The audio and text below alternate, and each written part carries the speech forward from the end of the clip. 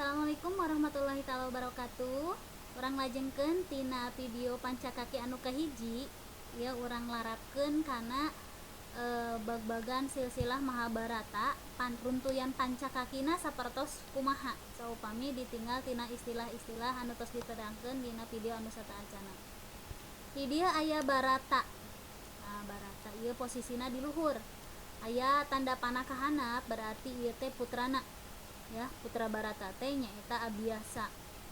Abiyasa nikah gaduh istrina 2, nyaeta aya Ambika jeung Ambalika. Berarti posisi Abiyasa ka Barata eta disebutna bapa, ka Ambika pamajikan, ka Ambalika oge pamajikan. Terus Ambika gaduh putra nyaeta Destara, tanapi Destarasta ya. Berarti Destarasta ka Abiyasa disebut bapa, Destarata ka Barata disebut aki. Lajeng ti Destarasta ka Ambika berarti indung.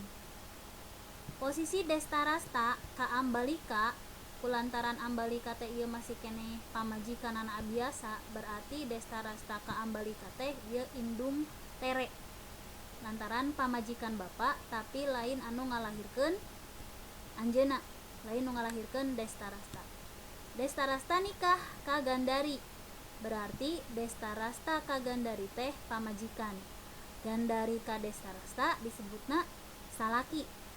Nah, ti Destarasta sareng Gandari teh aya gaduh putra 100. Anu kahiji namina teh Duryudana, anu kadua aya Dursasana jeung seueur pisan ya nami-namina aya 100. Teras disebat we ieu teh keluarga Kurawa. Tah si Kurawa ieu ka Destara nyebatna bapa, ka Gandari indung. Destara ka Abiyasa Kurawa ka Abiyasa nyebatna aki. Nah, sedangkeun Kurawa ka Barata disebutna buyut ya. Kurawa ka Barata ieu nyebatna uyut. Barata ka Kurawa disebutna buyut ya, aya uyut aya buyut biasa. Lajeng ti Abiyasa ka Ambalika ieu pamajikan, gaduh putrana sami hiji nyaeta Pandudewanata. Pandudewanata sami sareng Ramana, gaduh istrina teh 2 nyaeta Dewi Kunti sareng Madrim. Tah Dewi Kunti sareng Madrim ka Pandudewanata ieu salaki ya posisina. Kunti ka Ambalika mitoha istri, ka Abiyasa mitoha pameget. Tah ayeuna posisina sapertos kieu.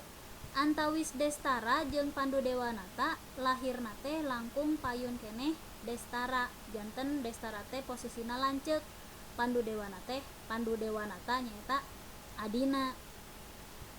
Tadi dieu Kunti ti Pandudewanata gaduh putra 3, anu kahiji namina Yudistira, anu kadua Bima, anu bungsu Arjuna. Seupama dilarapkeun tina istilah pancakaki istilah sejena tadi ya dibahas, Yudistira teh berarti ieu anak cikal lantaran anak kahiji. Bima panengah kulantaran 3 bersaudara, berarti lamun ti Kunti Bima teh nyaeta pangais bungsu alias bungsu teu jadi. Arjuna di dieu posisina bungsu. Sedangkeun ti Madrim Pandudewanata gaduh putra 2 nyaeta Nakula jeung Sadewa. Di dieu sacara teu langsung Nakula cikal, Sadewa bungsu ya, lantaran aya 2. Disebat weh ieu keluarga teh disebat keluarga Pandawa. Tah upami di aya patarosan sapertos kieu contona dina soal teh, kumaha pernahna sesebutan Duryudana ka Pandudewanata ya. Duryudana ka Pandudewanata. Duryudana teh budakna Destara, berarti ka Pandudewanata teh nyebutna emang lantaran Pandudewanata teh raina Destarasta. Sedangkan lamun aya patarosan Bima ka Destarasta numutkeun istilah Pancakaki disebutna naon? Kulantaran Destara teh lanceuk bapana berarti disebutna Uwa gitu ya. Jantan kedah apal. Tapi upami patarosanana dibalikeun. Destarasta ka Bima pernahna nurutkeun Pancakaki disebutna naon? Lantaran Bima teh budak adikna nyaeta Pandudewanata, oh berarti disebut Suwan. Suwan teh sesebutan pikeun anakna adi. Nah, lamun Pandudewanata pernahna Pandudewanata ka Dursasana disebutna naon? Oh berarti sesebutan keur anakna lanceuk, berarti Alo. Nah, Pandudewanata ka Dursasana mah Alo lantaran ka anak lanceuk. Lamun Destara ka Bima disebutna Suwan lantaran ka Suwan teh sebutan pikeun anakna adi ya. Terus ayeuna Duryudana ka Yudistira kapi naon? Kulantaran budak emang, oh berarti kapi adi. Lamun dibalikeun patarosanana Yudistira ka Duryudana kapi naon? Kapi lanceuk. Lantaran Duryudana teh budakna Uwa ya, sapertos kitu. Ieu kedah apal. Lajeng antawis Bima kana Kula istilahna naon? Lantaran Nakula teh leuwih, lamun diposisikeun jadi Yudistira putra kahiji, Bima kadua, Arjuna katilu, Nakula kaopat, Sadewa kalima. Berarti ieu teh adi pateterean. Lamun Bima ka Nakula, lamun Nakula ka Bima berarti lanceuk tere gitu ya. Janten kedah pada apal. Lajeng istilah anu sanesna Destarata ka Kunti numutkeun istilah Pancakaki sejena, dia pernahna disebutna naon? Oh Kunti teh ieu teh pamajikanana adi. Berarti lamun ceuk bahasa gaulna nyaeta adik ipar. Lamun ceuk istilah runtuyan Pancakaki di Sunda mah nyaeta adi beuteung istilahna teh.